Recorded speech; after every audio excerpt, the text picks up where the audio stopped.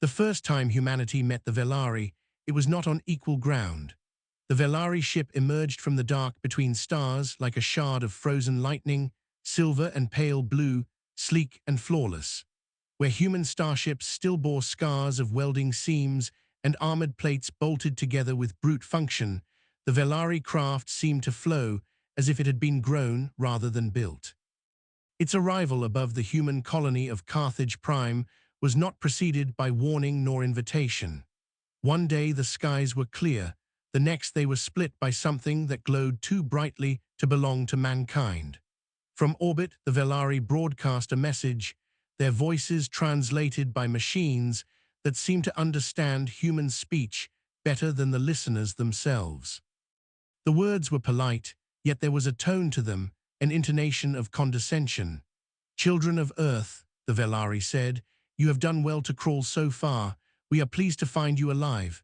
We are pleased to find you still trying." The humans on Carthage Prime gathered in auditoriums and public squares, staring at screens where pale, graceful figures appeared. The Velari resembled humans enough to unsettle, tall, slender, with symmetrical faces and skin that shimmered faintly as if catching light from beneath. Their eyes were larger than a human's, with irises the color of molten copper.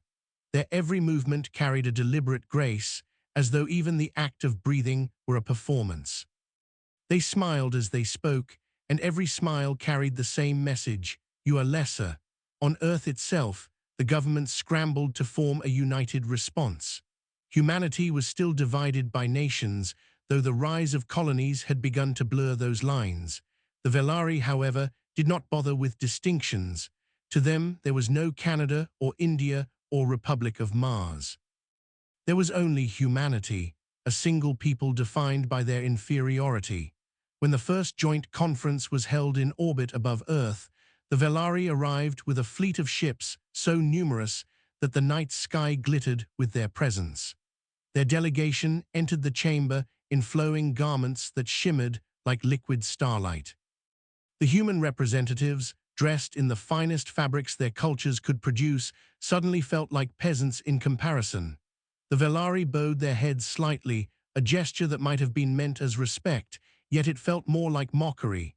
"You have achieved spaceflight," said one Velari Env, her voice soft as silk. "You have reached neighboring stars. This is admirable. We remember when our own people first took such stumbling steps. It is endearing to witness." The word struck deep, endearing, as though humanity were a child presenting a crude drawing to a parent. In the weeks that followed, treaties were proposed. At first, humans celebrated the chance for trade and alliance. The Velari offered technologies that dazzled, materials lighter than air yet stronger than steel, medicines that eradicated entire families of disease, energy systems that made fusion reactors look primitive. The cost of these gifts, however, was steep. Resources flowed from human colonies into Velari markets: rare metals, industrial shipments, even cultural artifacts. Each agreement signed left humanity poorer in spirit and sovereignty. When a human negotiator protested that the terms were unjust, the Velari would smile and remind them that without Velari generosity, humanity would still be fumbling with chemical fuels and fractured nations.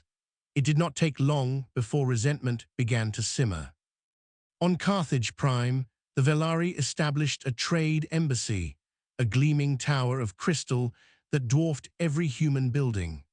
At its base stood a plaza where Velari merchants and dignitaries spoke of opportunity, while human laborers hauled cargo at their command. Some Velari treated their human counterparts as amusing pets, giving them tasks to perform while watching with thinly veiled delight at their clumsy attempts. Others ignored humans altogether, speaking as though they were not present. One day, during a shipment of ore, a Velari overseer sneered at the human workers. "You scar your hands for rocks," he said. "Your skin splits and bleeds. Do you not wonder why you suffer so? It is because your bodies are crude vessels. You are built for pain, that is all." The words spread through the settlement like poison. Elena Maris remembered that day. She had been a negotiator once, sent from Earth to argue for better terms with the Velari. She had faced their council in their luminous halls, standing small beneath ceilings that seemed to stretch into infinity. She had pleaded for fair trade, for respect, for recognition that humanity was not a race of children. The Velari had listened politely, then asked if she wished for refreshments, as though she were an amusing guest at a dinner rather than the voice of a people. Now she walked the dust streets of Carthage Prime, watching Velari towers rise where human homes had been cleared. She saw children playing with toys gifted by Velari merchants, shimmering baubles that broke within hours, leaving the children in tears. She heard her people whispering in anger, yet none dared to speak aloud. "They think we will break," she murmured to herself. "They think we are soft." Not far away, a man named Samuel Rains stood watch at the colony perimeter. He was a soldier once, though now he wore the uniform of a security liaison, a position assigned by Velari administration. His task was not to defend his people, but to keep them orderly, to ensure no protests disrupted the delicate peace. The Velari had given him a ceremonial weapon, a gleaming blade he was instructed never to use. He spat in the dirt when no one was looking. The Velari did not understand him. They thought he was tamed. They had no idea how tightly he clenched his fury. And in the laboratories of the colony, a scientist named Draven Holt studied Velari devices with quiet intensity. While the Velari thought him a curious tinkerer allowed to examine scraps, he was cataloguing every weakness, every inconsistency. He had noticed that Velari machines, though elegant, often lacked redundancy. A single failure cascaded into catastrophe. He wondered if their entire society was built the same way, brilliant on the surface, fragile beneath. 3 lives, 3 perspectives. Elena the voice, Samuel the blade, Draven the mind. Each humiliated in their own way, each quietly preparing for a reckoning none of them could yet see. The Velari believed they understood humans. They saw a race divided by history, scarred by wars, stumbling into the stars with technology decades behind. They saw short-lived creatures whose lives burned out in the blink of a Velari lifespan. They saw emotion where they prized serenity, improvisation where they prized perfection. They laughed at humanity's art, calling it primitive. They dismissed humanity's science as accidental progress. They scoffed at humanity's endurance, believing pain to be a sign of weakness rather than strength. What they did not see, what they could not see, was the iron hidden in the marrow of every human bone. The day would come when they learned, and when that day came, the Velari would regret underestimating the children of Earth. The Velari did not conquer with armies. They did not send warships to level cities or unleash weapons of mass destruction. They conquered with smiles, with the softest of hands, with the steady tightening of invisible chains. In the heart of Earth's capital, they built their embassy, a structure of flowing glass and steel that caught the light of the sun and bent it into shimmering patterns on the surrounding city. The streets around it were cleared of homes and history. An old cathedral, 3 centuries old, was dismantled brick by brick to make room. When a group of citizens gathered to protest, the Velari stood on balconies above them and waved as though greeting children at a parade. "Your devotion to memory is charming," one Velari said into the cameras, "but memory must give way to progress." The protesters were dispersed, not by Velari soldiers, there were none, but by human police instructed to protect the dignitaries. The message was clear: humans would enforce their own submission. Elena Maries sat in her small apartment that night and watched the broadcast on loop. She studied the face of the Velari envoy who had spoken.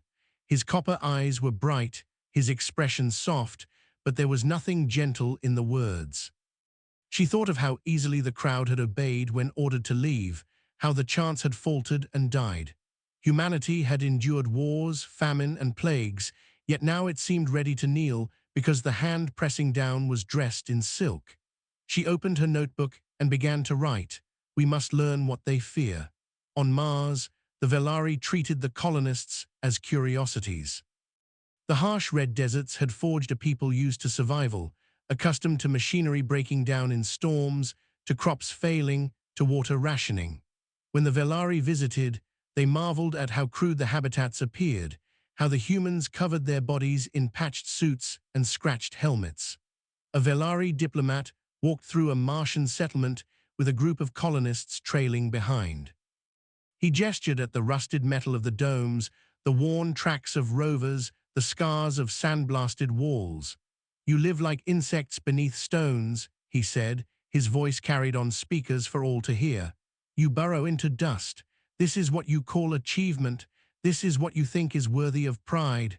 The colonists listened in silence, jaws clenched. One child, no older than 10, held up a battered toy rover he had built from scrap. The diplomat laughed, a soft melodic sound that echoed in the thin Martian air. "Adorable," he said. "You mimic greatness with scraps. How quaint." When the Velari departed, the colonists returned to work without a word. Yet that night, in the workshops beneath the dome, engineers labored with renewed fury. They fixed machines with makeshift parts. They reinforced walls with scavenged steel. Every insult drove them harder, though they dared not show it. Samuel Rains saw another side of the Velari presence. As a soldier, he had once trained to defend his people from threats unknown. Now he was ordered to guard Velari officials as they inspected human facilities. One inspection was held at the orbital shipyard above Carthage Prime. The Velari delegation arrived in a vessel that seemed to glide without thrusters, its hull unmarred by heat or stress. Samuel stood with his unit in formation, wearing uniforms pressed so sharply it seemed their seams might cut skin. The Velari envoy walked among them, his robes trailing like mist. He paused in front of Samuel, eyes sweeping over his posture, his weapon, his height. "A warrior," the envoy said softly, "or at least the attempt at one. Tell me, soldier, how many battles have you fought?" "3, sir," Samuel replied. "3." The envoy smiled, the expression stretching too slowly across his face. "Do you hear that? 3 battles. In Velari reckoning, that is barely a skirmish. Our initiates face more than that before they are permitted to hold a blade." He gestured to Samuel's weapon, a standard-issue pulse rifle. He reached out with long fingers, touched the barrel as though it were a child's toy. "This is what you use to kill? How charming. I wonder, would it even pierce our armor?" Samuel said nothing. His jaw tightened.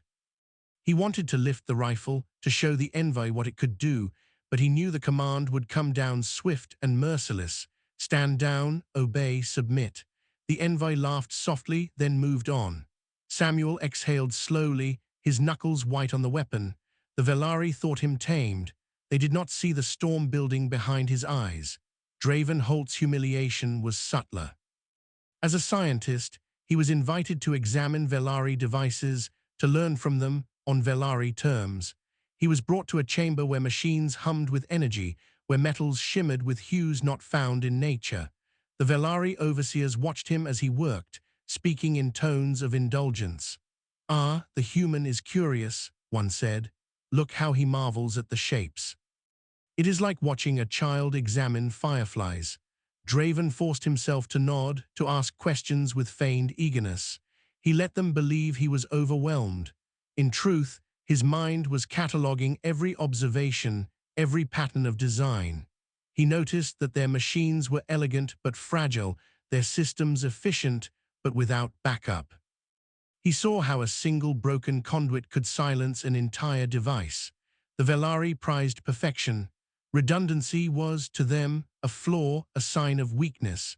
They did not understand the human way of building, of layering failsafes upon failsafes, of embracing imperfection to ensure survival. He wrote in his hidden notes, "They are brittle, they do not know it. One strike in the right place, and the whole will collapse." The years passed. Humanity adjusted, bent, endured. Trade agreements drained resources, cultural traditions were mocked, leaders were pressured to comply. Children grew up learning Velari language in schools, their own history taught as though it were the stumbling first steps of a clumsy species.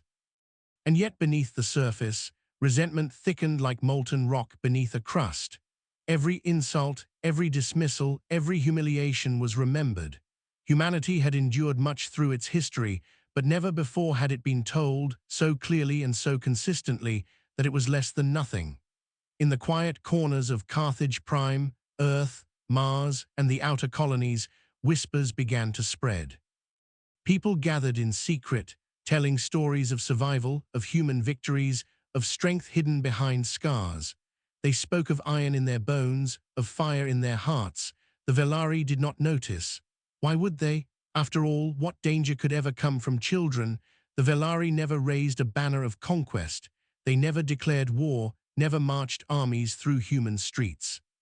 Instead, they wrapped chains around humanity link by link, each one forged in treaties, contracts, and obligations signed under the guise of partnership.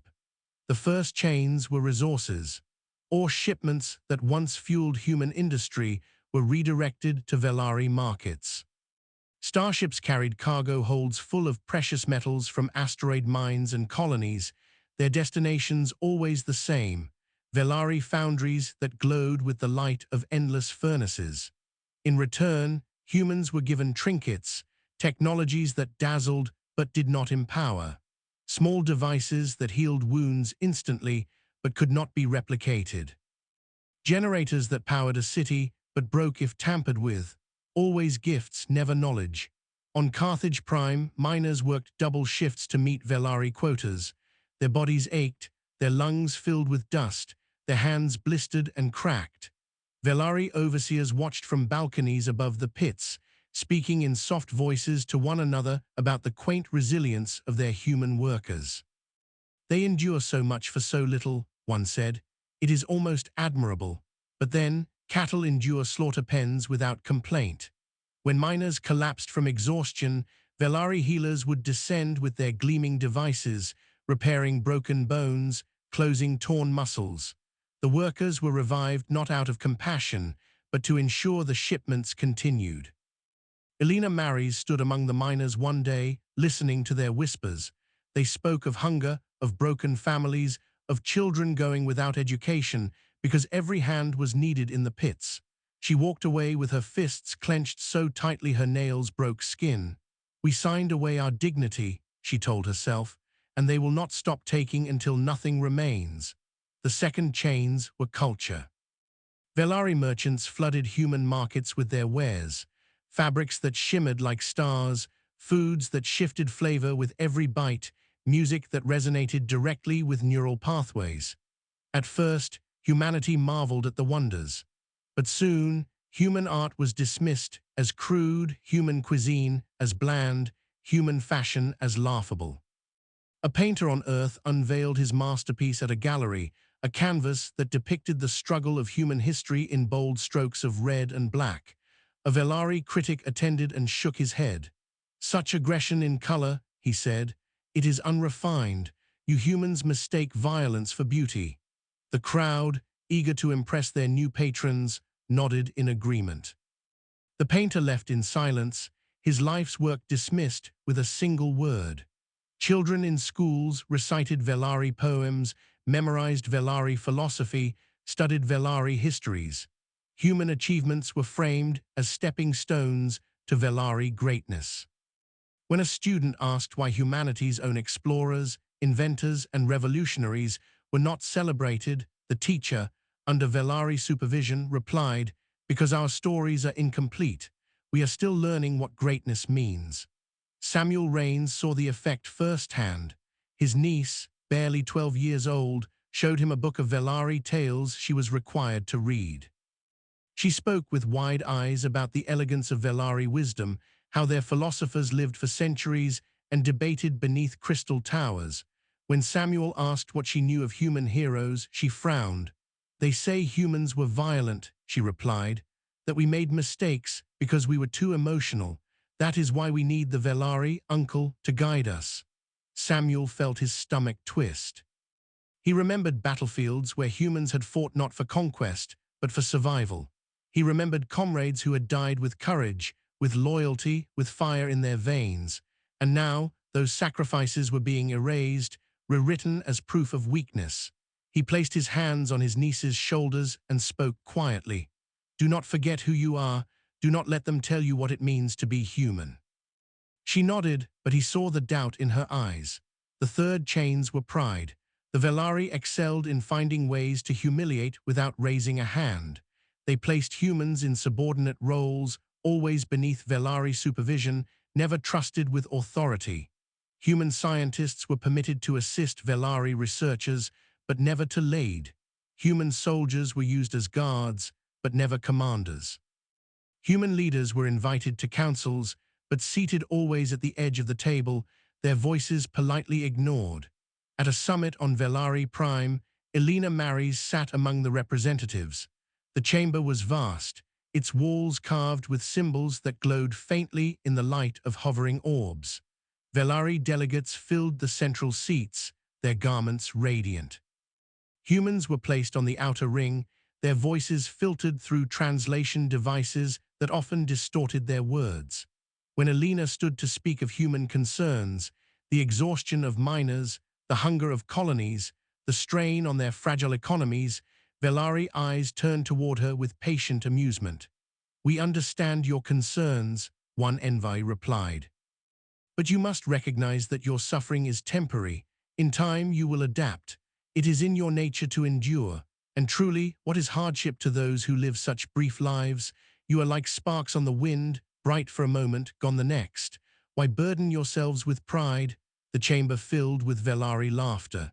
Elena sat down slowly, her hands trembling. She had faced humiliation before, but this was different. This was not mockery of an individual, but of an entire species. The Velari were telling her plainly that humanity was nothing more than a fleeting amusement, and she saw, in the faces of the human delegates around her, the seeds of despair. In the laboratories of Carthage Prime, Draven Holt uncovered the fourth chain, dependency. The Velari medicines were miraculous, but they came with hidden costs. When humans grew sick with new strains of disease, their own doctors struggled to respond. Natural immunity began to falter as bodies grew accustomed to Velari cures. Within a generation, entire populations relied on Velari devices to survive ailments they once could have fought alone. Draven examined the data late into the night, his eyes red from strain. He saw the pattern. Each cure weakened humanity a little more. Each gift made them more dependent.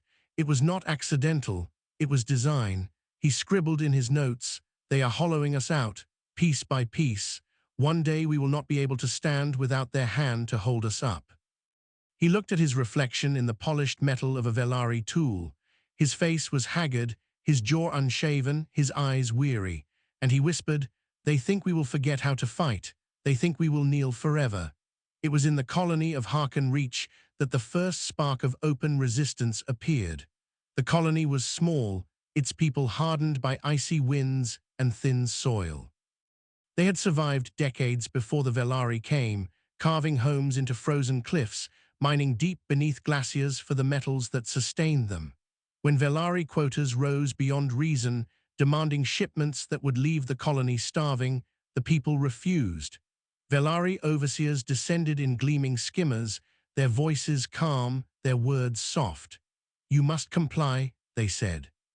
"It is for the greater good." The colonists stood their ground. One elder spoke, his breath misting in the frozen air. "We will not starve for your greater good." The Velari envoy tilted his head, his copper eyes narrowing. "Do you defy us?" The elder did not answer. He simply turned his back and walked away. The Velari response was swift. Skimmers unleashed beams of searing light, burning homes, collapsing tunnels. The colonists scattered, screaming. Those who survived were left with nothing but ice and ash. The elder was dragged before the settlement. The envoy spoke as the people watched. "This is what happens when children disobey. You will remember your place." The elder was executed, his body cast into the snow. News spread through human space within days. The Velari claimed it was a necessary lesson. But in whispers, in secret gatherings, the story was told differently. The elder's last words, spoken quietly before the execution, carried farther than the Velari knew. "We were human before you came. We will be human long after you are gone." The weight of chains grew heavier. But beneath that weight, something was stirring. Elena Maris began speaking in private gatherings, reminding people of their history, of the long centuries where humans had fought against impossible odds and survived. Samuel Rains began training quietly with other veterans, teaching them how to fight in silence, how to strike without being seen. Draven Holt began collecting fragments of Velari technology, testing, probing, seeking weaknesses. The Velari did not see it. They did not care to see it, and that was their greatest mistake. The Velari believed that humanity had accepted its place. They saw the bowed heads, the signed treaties, the obedient labor, and they mistook it for surrender. They did not see the silence for what it was, waiting. The silence cracked on Carthage Prime. It began with missing shipments. All convoys that were meant to reach Velari foundries simply vanished. Skimmers patrolling the deserts were found dismantled, their components scattered across the sands. Velari officials dismissed it as error at first, malfunctioning engines, navigation mistakes, storms. But when a Velari merchant vessel was discovered adrift, its cargo stolen, its crew bound but alive, the whispers began. The humans were resisting. Elena Maris stood in the shadows of a half-collapsed warehouse when she first heard the news. Around her, men and women spoke in hushed tones, their faces lit by flickering lanterns. "They took a whole shipment," one miner said, his hands trembling with excitement. "Vanished into the dunes. The Velari will not find it." Another spoke, voice low and urgent. "My cousin says they are building something. Weapons, maybe, machines hidden in the wastelands." Elena listened, her heart pounding. For years she had spoken of human pride, of the need to remember, but now pride had teeth. She raised her voice, calm but firm. "If they can take one shipment, they can take more. If they can strike once, they can strike again. Do you see? They think us helpless, but we are not. We are waiting, we are preparing." The faces around her hardened. The spark had caught. Samuel Rains was not surprised. He had been training in secret for years. In the basements of old hab units, in the hidden tunnels beneath the colony, he gathered veterans and young workers alike. He taught them how to move silently, how to strike swiftly, how to improvise weapons from tools. "You do not need their rifles," he told them, placing a length of pipe on the table. "This, in the right hands, can crush a skull. This, in the right hands, can free your people." The recruits listened, their eyes wide. They were not soldiers. They were miners, farmers, laborers, but in Samuel's voice they heard something they had forgotten, the belief that they could fight. One night, a Velari patrol moved through the outer settlements of Carthage Prime. Their skimmers glowed softly in the darkness, their voices drifting like silk. "Return to your homes," they said. "Do not gather in large numbers. Obedience brings peace." The patrol never returned. Days later, their skimmers were found burning in a canyon, their crews bound just as the merchant vessel had been. The Velari dismissed it as banditry. Samuel smiled grimly when he heard the word, bandits. That was how the Velari saw them. They had no idea what was coming. Draven Holt worked in silence, his lab hidden deep beneath a mining complex. Around him, stolen Velari parts were spread across tables. He moved carefully, testing alloys, examining circuits, probing weaknesses. He discovered that Velari shielding devices could be overloaded by certain frequencies. He found that their power cells, though long-lasting, were unstable under sudden pressure. He mapped vulnerabilities, drawing diagrams on walls, each line another thread in the web of discovery. When Elena visited his hidden lab, she stared at the mess of wires and notes. "You are building weapons?" she asked. Draven shook his head. "I am building understanding. Weapons will come later." She touched one of the diagrams, her eyes narrowing. "And when the Velari find this, they will not," he said simply, "because they do not look. They believe I am tinkering with scraps, amusing myself with things I cannot comprehend. They do not see the truth." Elena exhaled slowly. "Then keep building. Sooner or later, we will need more than courage." The Velari were slow to recognize the threat. Their first response was ridicule. At a council meeting, a Velari envoy laughed when news of resistance was presented.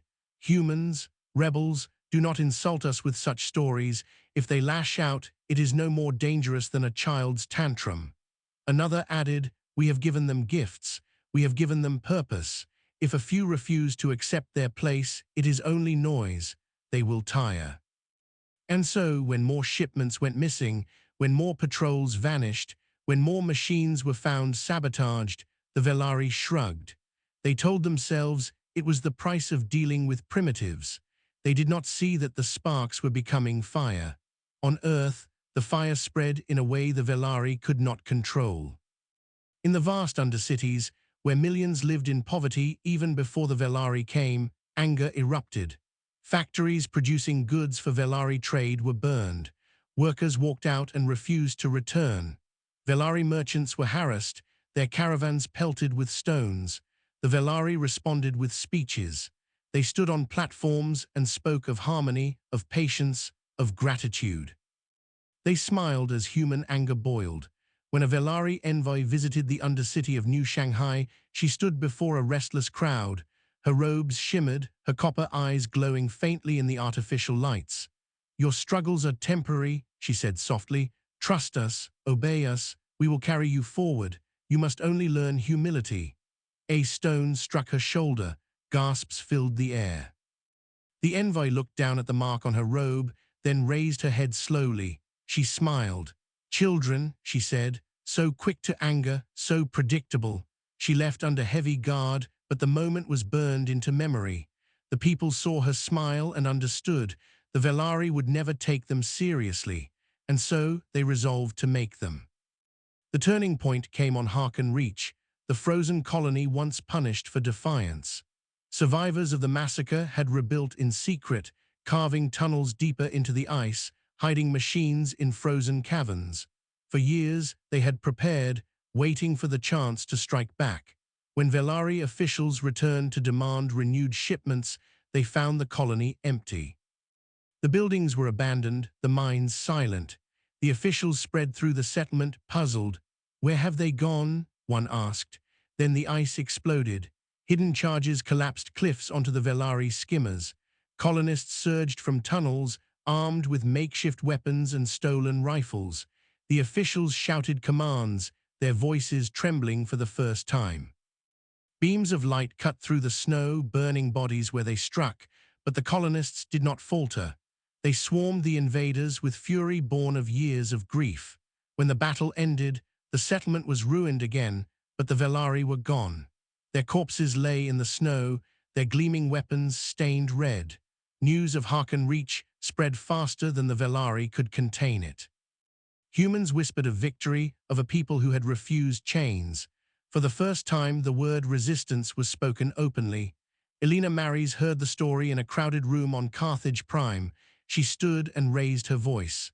Do you see? They bleed, they fall. They are not gods. They are not untouchable. They are flesh and bone. And if one colony can fight, so can all of us. The crowd erupted. For the first time, hope roared louder than fear. The Velari convened their councils. Some argued that humans were dangerous, that stricter measures were required. If they are not punished, they will rise further. Others laughed. This is noise, this is chaos. A few broken colonies do not change the truth. They cannot harm us. The decision was made, no escalation, no war. Humanity was too small, too weak, too insignificant. Better to wait. Better to let the fire burn itself out. But fire does not die when fed with chains. It grows, and humanity was burning. The first true battle between humanity and the Velari was not fought on a planet's surface, but in the dark between stars. It began with a convoy. 5 Velari freighters moved through the outer lanes of human space, escorted by 2 sleek warships. Their hulls glowed faintly in the starlight, their movements elegant, effortless. Inside, the freighters were holds packed with ore and minerals stripped from human colonies, cargo worth more than entire settlements. They expected no trouble. For years, Velari vessels had moved unchallenged, their authority unquestioned. They did not expect the debris field. When the convoy entered the shadow of an asteroid belt, pieces of wreckage drifted across their path, broken satellites, shattered mining rigs, twisted steel. The Velari escorts slowed, scanning for danger. Then the wreckage moved. Hidden among the debris were human ships, patched together, armored with scavenged plating, engines roaring with barely contained fury. They surged from the shadows, weapons blazing. Improvised railguns spat slugs of molten metal, ripping into freighter hulls. Boarding craft latched onto escorts, cutting their way inside. The Velari responded with cold precision. Their warships unleashed beams of searing light, carving through human vessels with ease, but the humans did not retreat. Where one ship fell, another surged forward.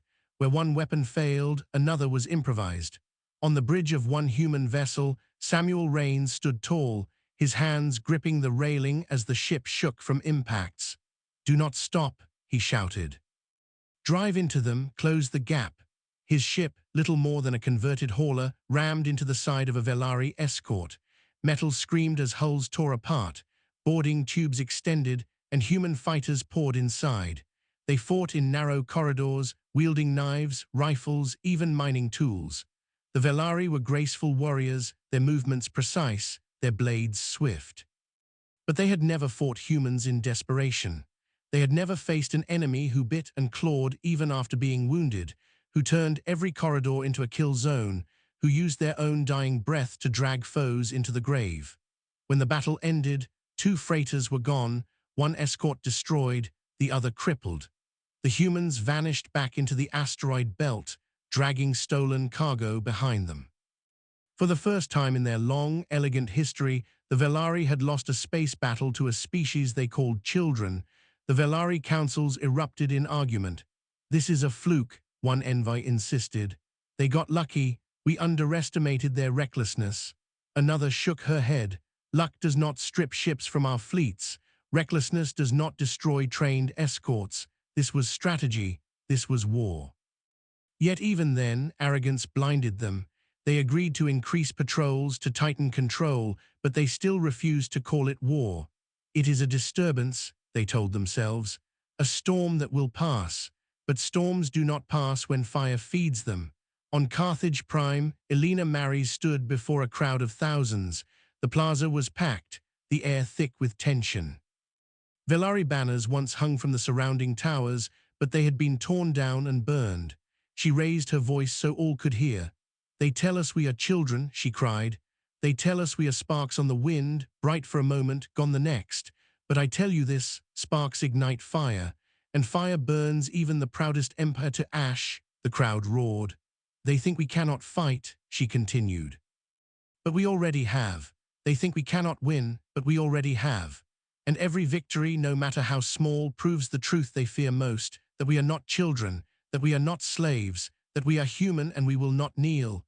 Her words spread across the colonies, carried in whispers and recordings, repeated in secret gatherings, written on walls. "We are human and we will not kneel."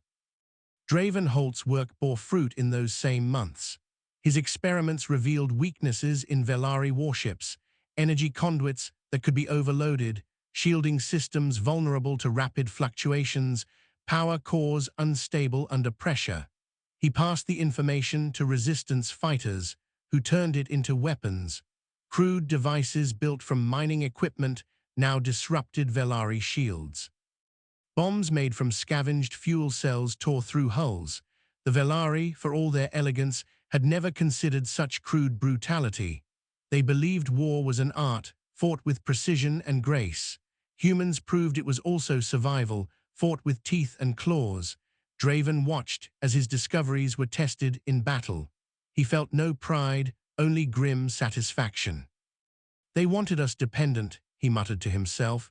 "They wanted us weak, but they forgot what weakness breeds. Weakness breeds invention. Weakness breeds defiance." The fire spread to Mars. Velari officials attempted to tighten quotas, demanding more resources from the Red Deserts. The colonists refused. When Velari patrols attempted to seize shipments, they were ambushed in the canyons. Improvised explosives turned skimmers into burning wrecks. Colonists vanished into tunnels before reinforcements arrived. The Velari attempted to retaliate, but every move was met with resistance. Colonists collapsed tunnels behind them, sealing enemies in the dark. Water supplies were poisoned, power lines cut, communications jammed. Mars became a battlefield of attrition, and the Velari were not winning. One Velari commander, furious at the losses, broadcast a message across the colony. "You cannot hope to defeat us," he declared. "You are fragile, you are fleeting, you will break." The reply came from an unknown human channel, a single voice, calm and steady: "Then come and break us."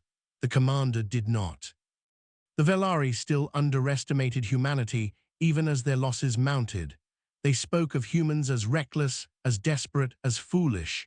They told themselves that no matter how fierce, no matter how determined, humans would exhaust themselves. But they had never fought a species that thrived in exhaustion. In the void of space, where air was thin and death was close, humans adapted. In the frozen colonies, where food was scarce and nights endless, humans endured. In the choking undercities, where disease spread and hope withered, humans survived. And when survival was no longer enough, they fought. The turning point came at the Battle of Asterian Rift. A Velari fleet of 10 warships moved to crush a human stronghold hidden in the asteroid field. Their ships cut through the dark with graceful precision, their confidence unshaken. Waiting for them were 20 human vessels, a ragged fleet of freighters, haulers, and converted miners. Their hulls were scarred, their engines unstable, their weapons improvised. The Velari commander laughed when he saw them. "This is their resistance," he said. "Scrap and fire, end it quickly." The battle was chaos. Velari beams carved through human ships, tearing them apart, but every destroyed vessel rammed into its enemy, detonating in blinding light. Every loss was turned into a weapon. Samuel Rains commanded one of the lead ships. His vessel was crippled, its engines failing, fire spreading through the decks. "Prepare for collision," he ordered. His crew stared at him. One whispered, "We will die." Samuel's eyes burned with fury. "Then we die taking them with us." His ship drove into a Velari warship, explosions ripping both vessels apart. The fire spread, engulfing others. When the smoke cleared, half the Velari fleet was gone. The rest fled. The humans had lost nearly everything, but the Velari had learned a lesson they would never forget. Humans did not fight to win. They fought to make sure their enemy lost more. In the councils of the Velari, silence fell. For the first time, fear flickered in copper eyes. "They are reckless," one said. "They are suicidal," another whispered. "No," a third corrected, voice trembling. "They are something else. They are dangerous." And for the first time, the Velari understood. The children of Earth were not children at all. They were wolves, and wolves do not kneel. The Velari called it the final pacification. A fleet of 30 warships, the largest armada ever assembled against a single opponent, descended upon human space. Their banners gleamed, their formations were flawless, their weapons burned brighter than suns. They came not to fight, but to annihilate. The Velari believed this would be the end. They did not understand that it was only the beginning. The first wave struck at New Carthage. The Velari unleashed bombardments that turned cityscapes into oceans of fire. Towers crumbled, rivers boiled, and entire districts vanished beneath the fury of orbital strikes. But the people did not flee. In the ruins, humans fought street by street. Traps erupted beneath Velari patrols. Snipers struck from shattered towers. Civilians carried rifles beside soldiers, every doorway a fortress, every alley a battlefield. Elena Maris moved among them, her voice carried through the smoke and blood. "They want to erase us," she cried, her face streaked with ash. "They want to burn us out like weeds." But weeds endure, we endure. And every life they take, every building they shatter makes us stronger. This is our home, this is our fire, and fire does not bow. Her words reached soldiers with rifles, children clutching stones, old men with knives. They fought not for victory, but for defiance. And defiance was enough. In the void above, the Velari fleet advanced. Their formations were flawless, their confidence absolute. They expected human vessels to scatter, to crumble as before. Instead, they met a wall. The fleet that rose to meet them was ragged, battered, and furious. Ships held together by patches of metal and sheer willpower, engines that sputtered, weapons that glowed with unstable energy. yet they held the line. Samuel Rains commanded from the bridge of the Iron Will, a vessel built from the skeleton of 3 wrecks, stitched together by desperate engineers. His voice thundered across the fleet's comms. "We will not run, we will not break. They think we are fragile, but we are iron. Show them what iron does when it is struck." The fleets collided. Velari beams cut through hulls, carving ships apart. But humans struck back with brutal ingenuity. Entire ships detonated themselves in suicide runs, dragging enemies into infernos. Boarding parties hurled themselves into enemy corridors, fighting with axes and firebombs when ammunition ran dry. Draven Holt's devices turned the tide. He had given humanity crude but devastating tools.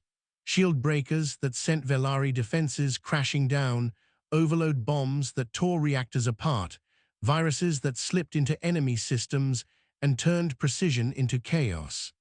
The elegant Velari warships, designed for flawless combat, buckled under the weight of improvised brutality. The Velari fleet commander, a veteran of 100 battles, watched in horror as her ships burned. "They should be broken," she whispered. "No species can take this punishment." But humans did not break. On the Iron Will, alarms screamed. Fires spread through the decks. Hull plating peeled away. Samuel stood at the center of the chaos, his voice steady as the ship shook. "We are not broken," he said softly, almost to himself. "We will never be broken." His crew fought until their hands bled, until the engines roared, until the Iron Will drove straight into the heart of a Velari battleship and detonated in a fireball that split the heavens. The shockwave tore through the battlefield. Dozens of ships fell. The Velari fleet staggered. And still, the humans pressed on. On the ground, Elena Maris led the defense of New Carthage's last stronghold. Velari troops surged through the streets, their banners raised, their voices chanting victory. Elena stood at the barricade, rifle in her hands. "They think this is the end," she told the defenders.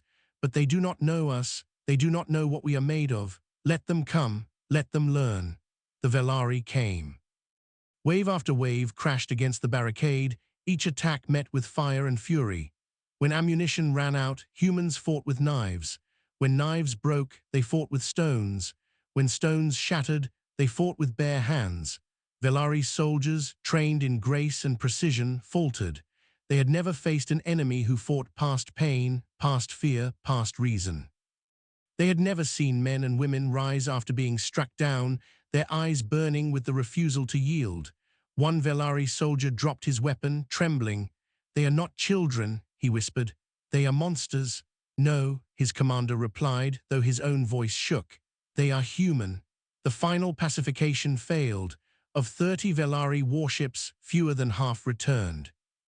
Those that survived limped away, scarred and broken. Their commanders, once proud, carried only silence. On the ground, Velari troops abandoned their campaign, retreating before a population that refused to bow. And across the stars, whispers spread. The Velari had tried to crush humanity. They had unleashed fleets, fire and fury, and humanity had endured. The galaxy listened. In the halls of the Velari Council, fear silenced arrogance.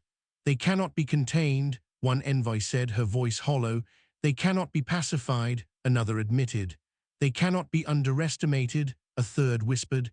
The eldest among them closed his eyes. "Then they must be respected, for if they are not, they will destroy us." And so, at last, the Velari learned the lesson. Years later, in the rebuilt plazas of New Carthage, Elena Maris stood before a gathering of her people.